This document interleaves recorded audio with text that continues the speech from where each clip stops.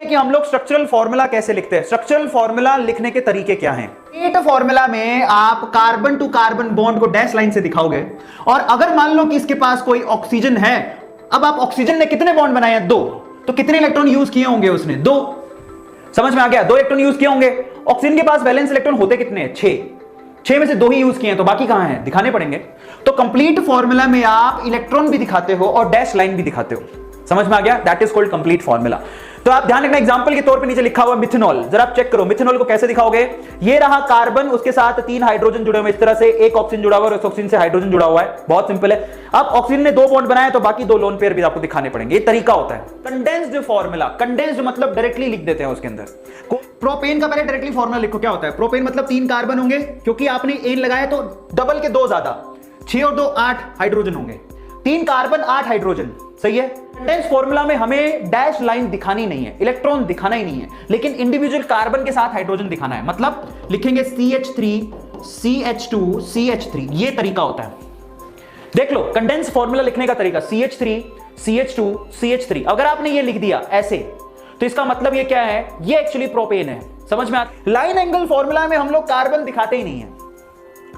Condense में हम लोग कार्बन दिखाते हैं, डैश नहीं दिखाते थे। लाइन एंगल में कार्बन नहीं दिखाते, हम हाइड्रोजन भी दिखाते, सिर्फ लाइन नहीं दिखाते हैं।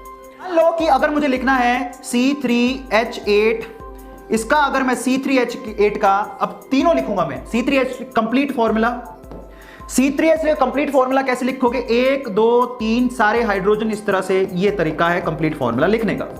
अभी देखे थे हम लोग, सही है। अगर मैं बोलूं इस भाई का कंडेंस्ड फॉर्मूला लिख दो, तो वो तो बहुत ही आसान है, that is CH3 then CH2 and then CH3।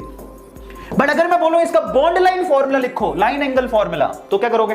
कुछ नहीं है। 3 कार्बन में ना, मैंने मान लो यहां से शुरू किया, यहां से मैं लाइन को शुरू करूंगा, तो जहां से मैं शुरू कर रहा हूं वहां एक कार्बन है, अज्यूम कर लेना।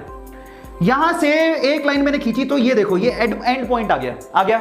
ये पहला कार्बन, तो वो पक्का दूसरा कार्बन है, तो 2 कार्बन हो गए। अब इस लाइन को मैं अगर नीचे इसी से एक और लाइन खींच दूं कनेक्टेड, तो वो तीसरा कार्बन हो गया। अब मुझे और कुछ करने की जरूरत नहीं है, मुझे 3 कार्बन डॉट में दिख गए, वो भी मुझे सीरियसली रियली नहीं दिखाने। कार्बन के साथ सारे हाइड्रोजन अज्यूम्ड होते हैं, खेल खत्म। जो मैंने बनाया वो यहां पर प्रोपेन का लाइन डायग्राम है। कितना आसान है, जरा चेक करो यार, दिस इज सो इजी।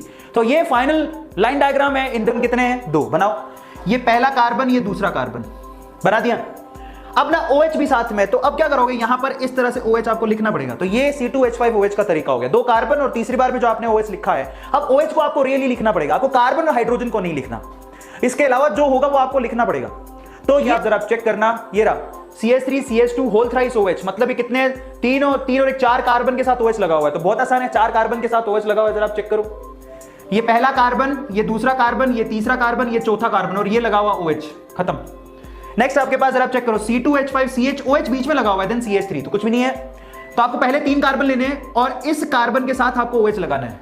तो ले लो, ये पहला कार्बन, ये दूसरा कार्बन, ये तीसरा कार्बन, इसके साथ OH, और फिर आपके पास CH3 है। क्या है इसके अंदर? फिर आपको कहता है कि CH3 2 लगे हुए हैं, फिर एक CH लगा, फिर CH2 लगा, फिर OH लगा हुआ है, सही है। आपको कार्बन हाइड्रोजन नहीं दिखाने। इसके अलावा अगर कोई हाइड्रो एलिमेंट आता है या हाइड्रो ग्रुप आता है, जैसे कि OH, जैसे कि डबल बॉन्ड O, जैसे कि CHO, तो आपको दिखाना पड़ेगा, ग्रुप आपको दिखाना पड़ेगा, याद रखना। Is this clear? तो ये बॉन्ड लाइन डायग्राम हो गया, सबको समझ में आ गया। तो तरीके 3 है, एक तो कंप्लीटली लिखो, एक कंडेंस करके लिखो, और एक लाइन डायग्राम बना दो। सबसे आसान है लाइन डायग्राम।